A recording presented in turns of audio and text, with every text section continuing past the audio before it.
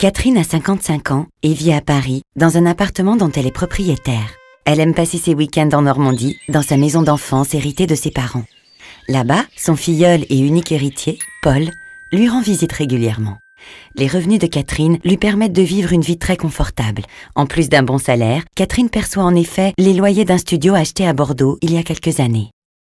Aujourd'hui, Catherine a rendez-vous avec son notaire car elle souhaiterait soutenir les actions de la fondation HEC, notamment en matière d'entrepreneuriat, sans toutefois se démunir totalement d'une partie de son patrimoine.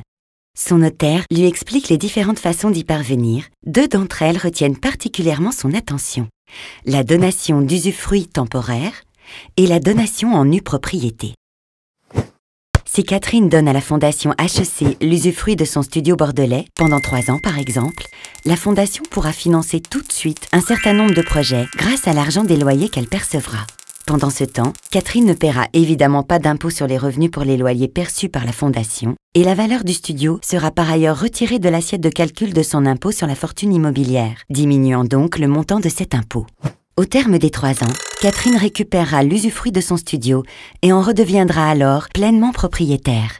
Catherine se dit qu'elle pourrait également donner à la fondation HEC la nue propriété de son appartement parisien. Elle continuerait d'y habiter ou pourrait le louer si elle partait vivre un jour en Normandie. Fiscalement, une telle donation lui permettrait en plus de réduire son impôt sur la fortune immobilière, puisqu'elle ne déclarerait plus que la valeur de l'usufruit de son appartement, soit à 55 ans, 50% de la valeur de la pleine propriété. Et cette donation lui permettrait d'assurer à la fondation HEC une ressource future importante et pourquoi pas d'envisager de créer une fondation abritée à son nom. Catherine quitte l'étude notariale en se disant qu'elle va pouvoir contribuer de manière significative aux actions menées par la fondation HEC, sans véritablement se priver et tout en conservant une grande partie de son patrimoine pour son filleul, dont elle souhaite faire son héritier.